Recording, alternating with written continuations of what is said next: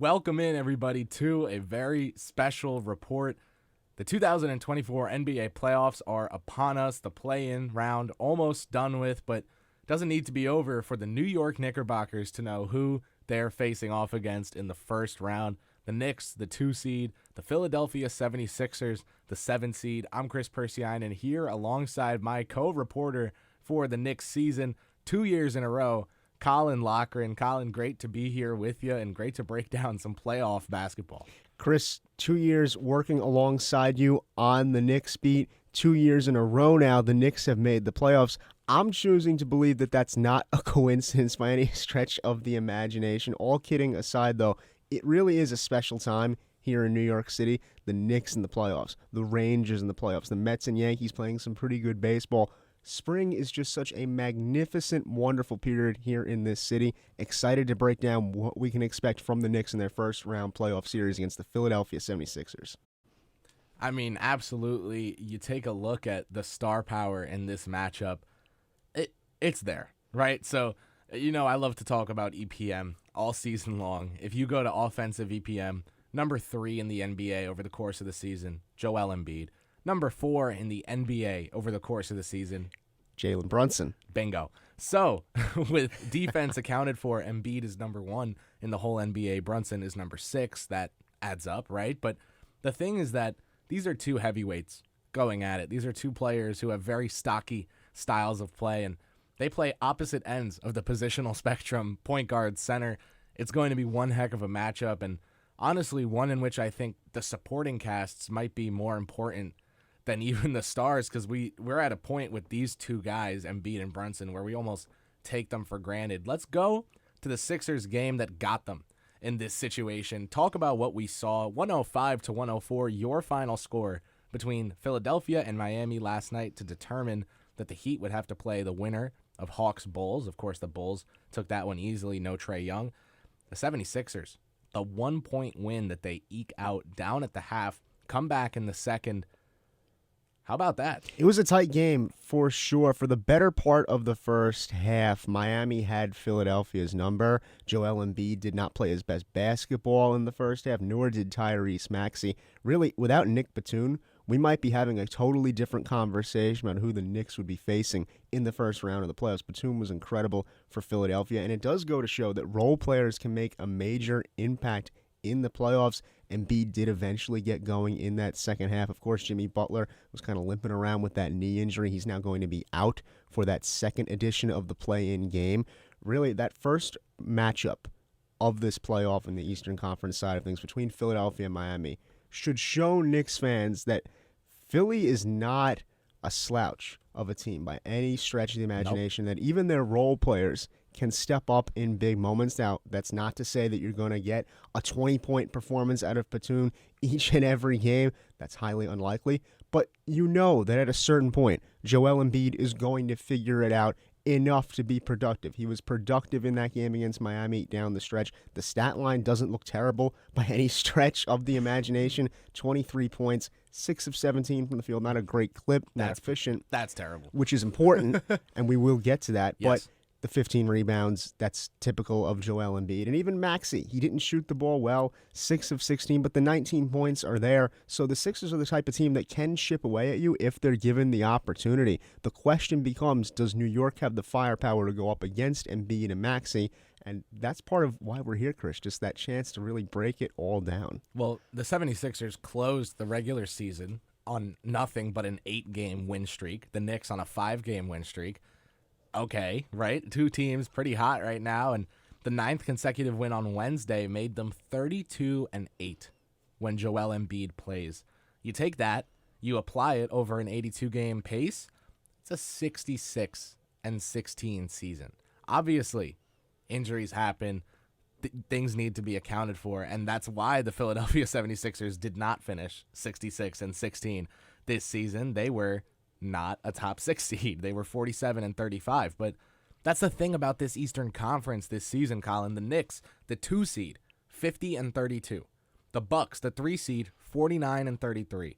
The 4 seed, 48 wins. The 5th and 6th and 7th seeds, 47 wins. And the 8th seed, the Heat, 46 wins. So that gap was not there between the 2 and 8 seeds in the Eastern Conference the way it was between the 1st and 2nd or the 8th and 9th. And you look at the West, it's kind of similar, but from that 57 to 49, 47 range, just better at the top, worse at the bottom. If I could just touch on that for a brief moment here, there was a lot written about whether or not the Knicks should have wanted the 2nd seed, because either way it was going to be a tough matchup between Philly or Miami, both teams that Knicks fans, to one extent or another, were a little bit scared of. It would have been more comfortable, perhaps, to play Cleveland, to play Orlando, to play Indiana, one of these squads that's younger, less experienced, because you look at Miami, you look at Philadelphia, Joel Embiid and Jimmy Butler are 2 of the premier players in the NBA, but what makes this Knicks team different and why Knicks fans perhaps shouldn't be concerned about playing Philadelphia is that they play hard each and every game on the court.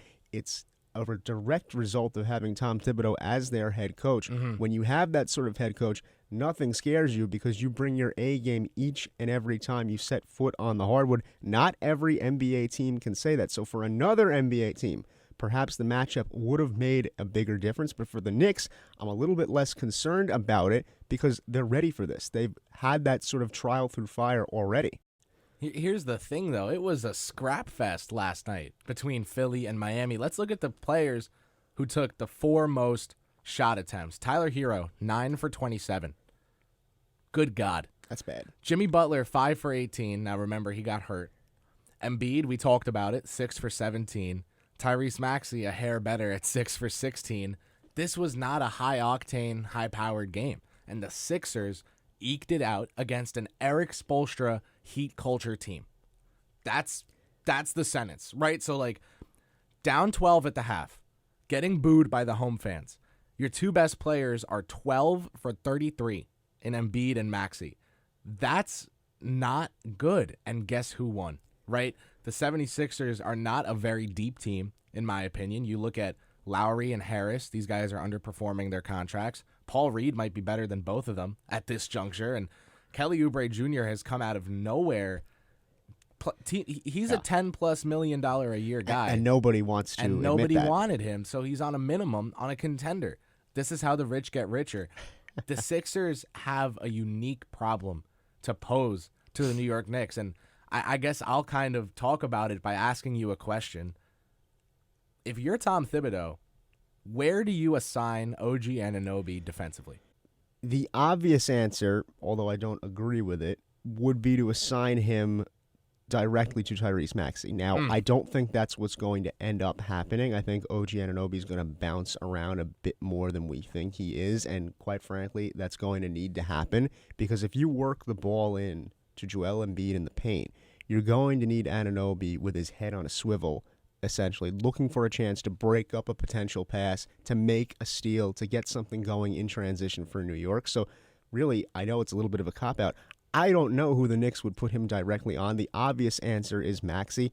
If Batum keeps shooting the way he was able to shoot against Miami, there's a chance that you see him on whoever has the hot hand at a given moment trying to work over screens on the perimeter and get a hand up with the contest. Now, where that leaves someone like a Dante DiVincenzo, a Miles McBride, even a Brunson, different conversation altogether. But it's possible defensively they look at OG Anunoby and say, yeah, whoever's scoring the basketball, go watch him for a little bit because he's the kind of player that can adapt to whatever the situation calls for.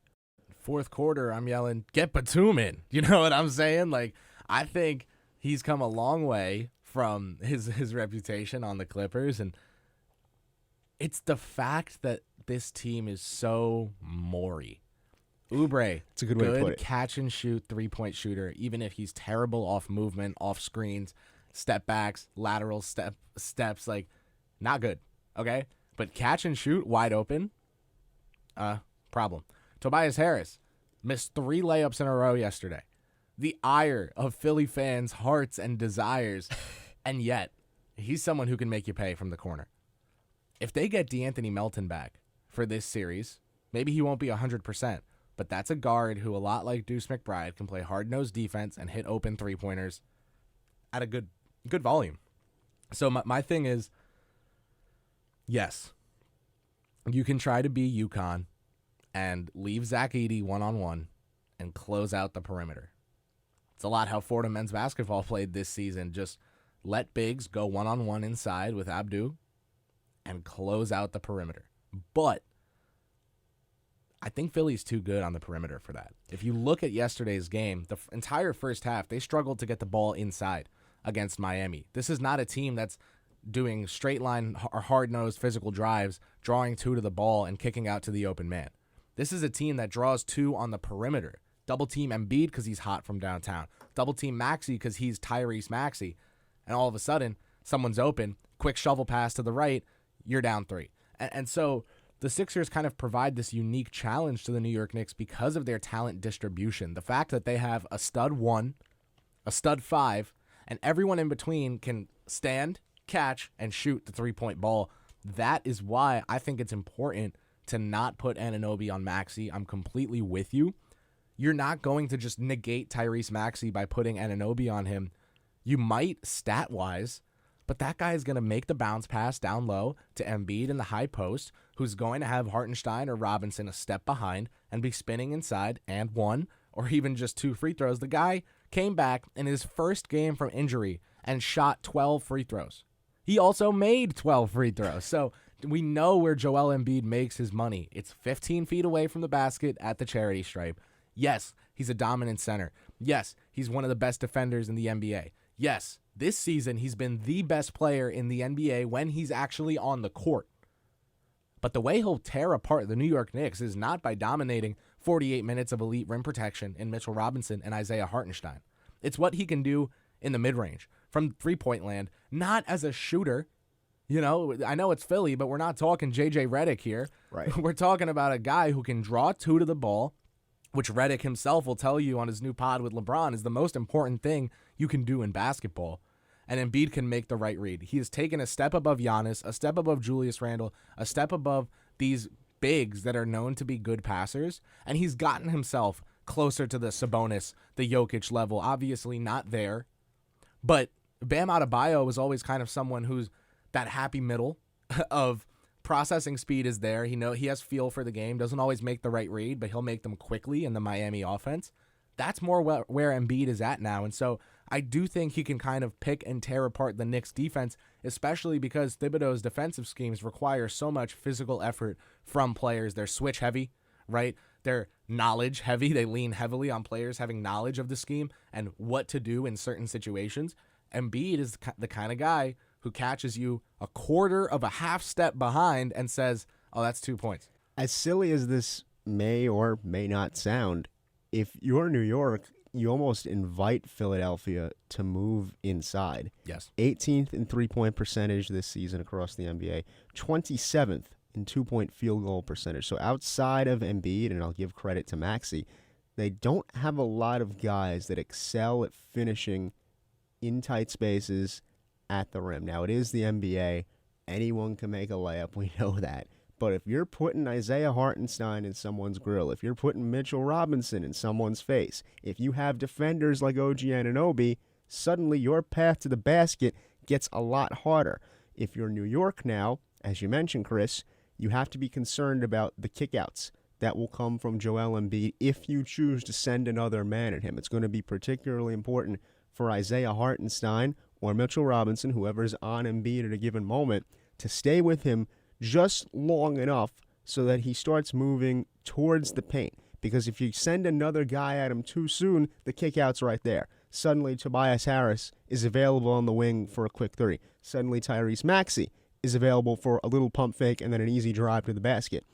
The key is going to be, can you stick on Embiid long enough so that by the time you send another man to help guard him, the read isn't there for him to make a smart offensive play. Suddenly that becomes more challenging. And if he does find a way to toss the ball somewhere else, then someone like a Josh Hart can fly in from absolutely nowhere, make the steal, and create something for the Knicks in transition. The same can be said of OG Anunoby. The same can especially be said of someone like a Dante DiVincenzo or a Miles McBride. Both of them have taken leaps, in my opinion, defensively this year, especially DiVincenzo.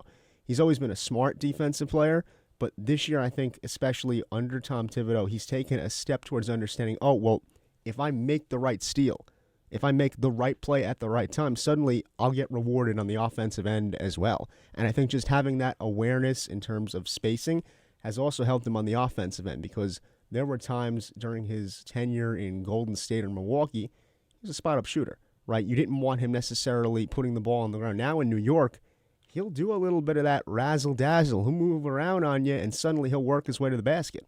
It's the cuts. So, like, in Golden State, Milwaukee, you name it, right? DiVincenzo's whole deal was that he's like of the Alec Burks school of having a higher three-point percentage than two-point percentage every year. Now, because of the Thibodeau offense, because of the nature of Isaiah Hartenstein as a release valve in the pick and roll for Jalen Brunson, who can make the read in the short roll to the open man, DiVincenzo's cutting has been stellar. He's I should call it his slicing. I mean, the way he's open in the corner and they overcommit because you can't leave him open, and then he sneaks between the defender and the out of bounds line, and all of a sudden Anunoby's driving and kicks, or Hartenstein bounce passes to him, and he goes up, hangs in midair, something Air Delaware, something Dante's got cooked up his sleeve.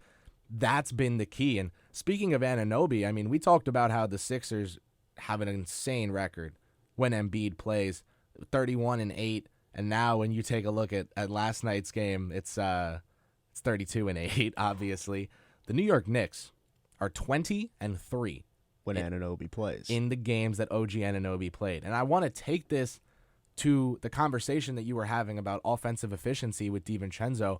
Talk about how Anunoby's been the same way as a cutter, as a screener, as a physical player, and ask you what the New York Knicks game plan should be offensively to make sure that they can score on this Philadelphia team. Because here's the thing, right? The New York Knicks took about a quarter of their shots in the final 6 seconds of the shot clock. We know from covering the games how many of those were Josh Hart putt shot, fading, sideways jump shots that he's just got to throw up because someone's got to shoot something. Philadelphia took 31% of their shots in the final 6 seconds of the shot clock. These are two teams comfortable working down the shot clock, getting the best shot they can, and trusting a talented player to go throw something up if not.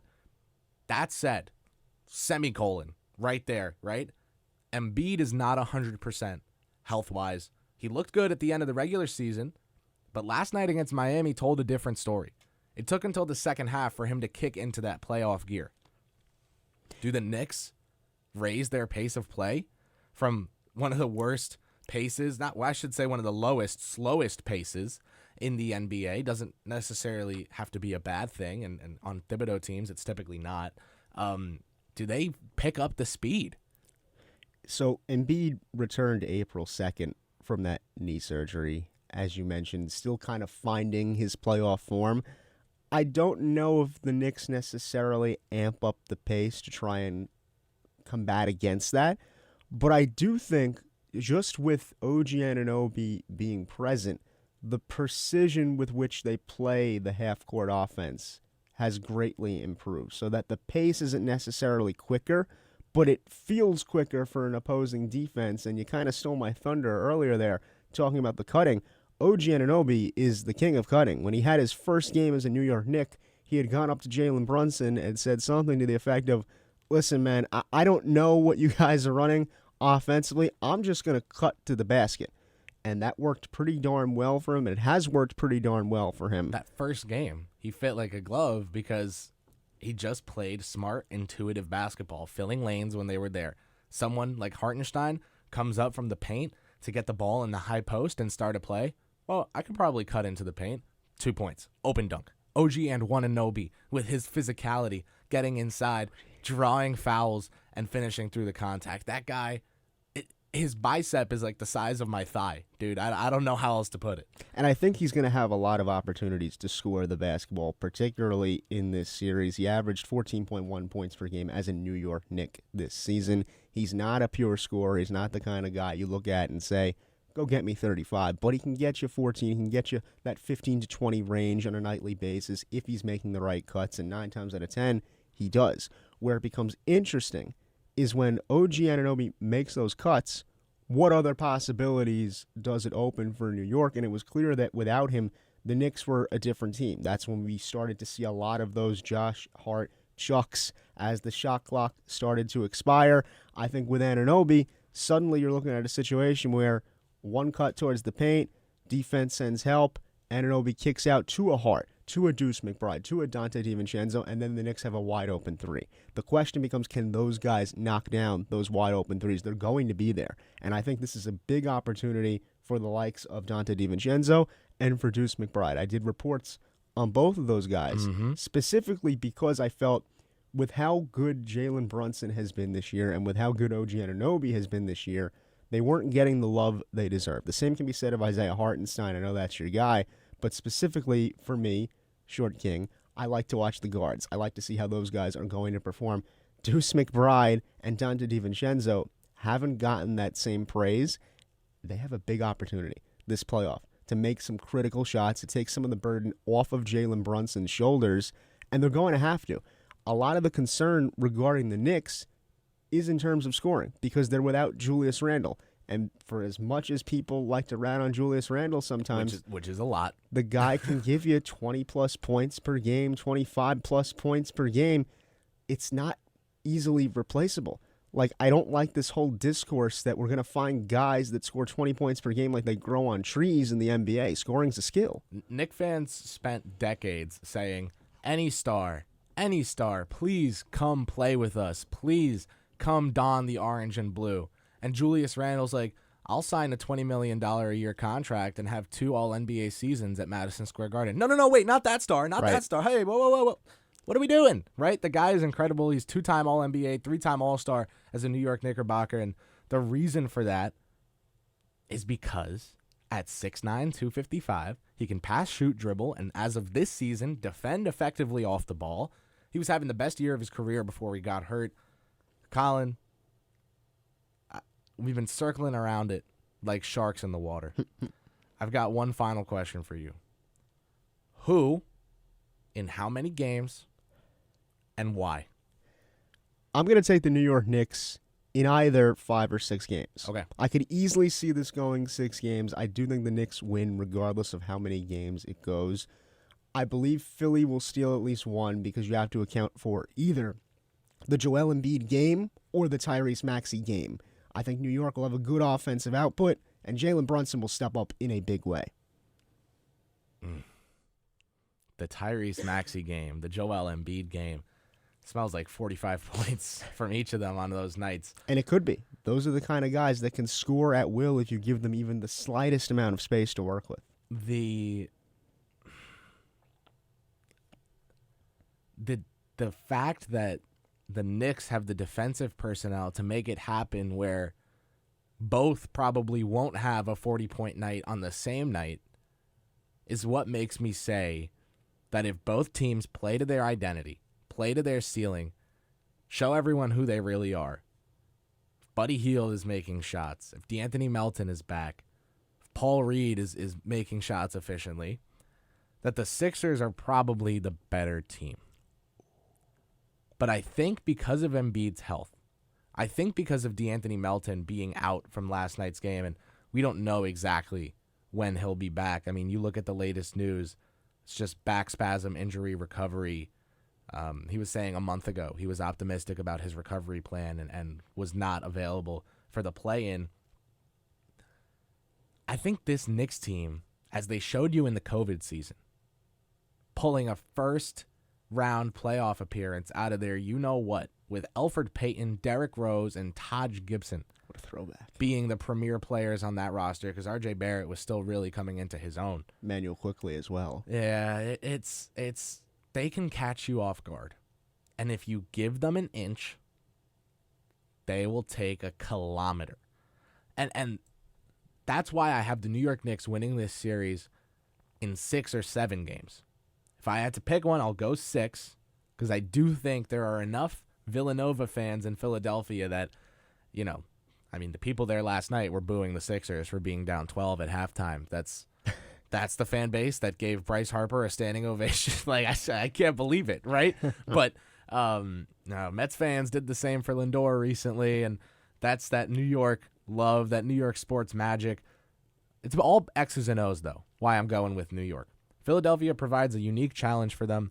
New York has the answers on the roster right now. We don't have to talk about how they haven't expended their future draft picks yet, how they can still make an all-in move for a star this summer in Mitchell or maybe next summer in Booker once another Kevin Durant team runs out of gas. But I will say that because of Anunoby, because of Hartenstein, and how they complement Brunson, because of DiVincenzo, because of McBride, and how they complement all the guys I just named, the New York Knicks have the personnel to make this really tough on the Philadelphia 76ers, including but not limited to their excellent bench unit, and one guy who we haven't brought up much in this show at all, Josh Hart, who you gave a shout to earlier, but I haven't really said much about him because he's also someone you just kind of know will fill in the gaps. He can have a triple-double of 10, 10, and 10. He can have 20, 20, and 2.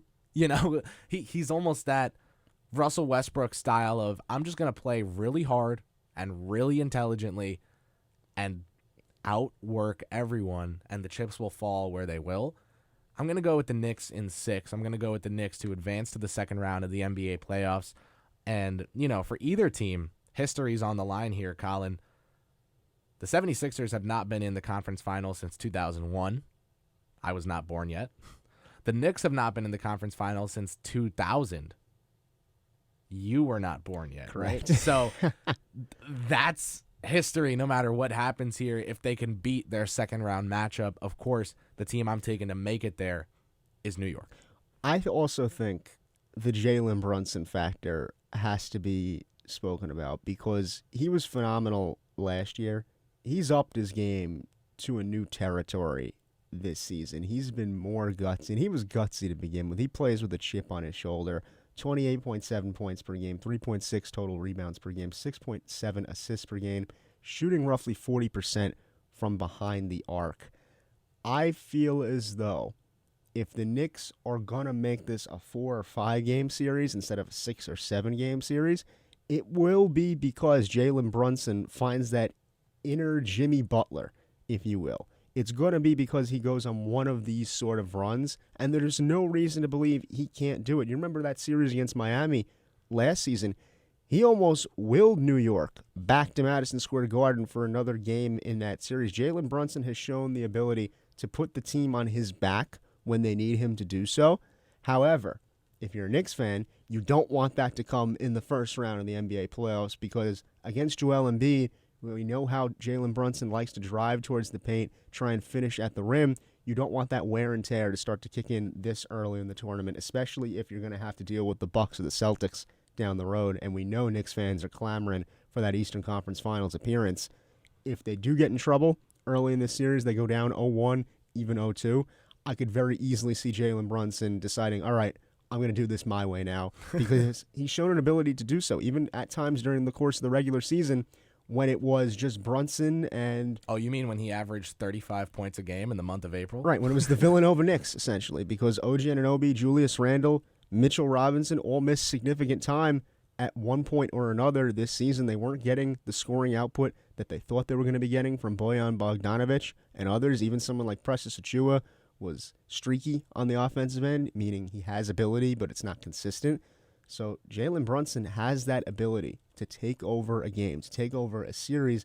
I wouldn't be surprised if we saw it at some point in this first round matchup. Obviously, you know, the playoff sample size, if you win every game, is 16 games. In the last 16 regular season games of the year for Jalen Brunson, 34.5 points, 3.5 rebounds, 7.5 assists. And Colin, before we wrap, I should make one final note about Bojan Bogdanovic. I reported yesterday that he went to see the doctors, had some wrist arthroscopy, a.k.a. a scoping for normal people, and not doctors, because we are certainly not doctors.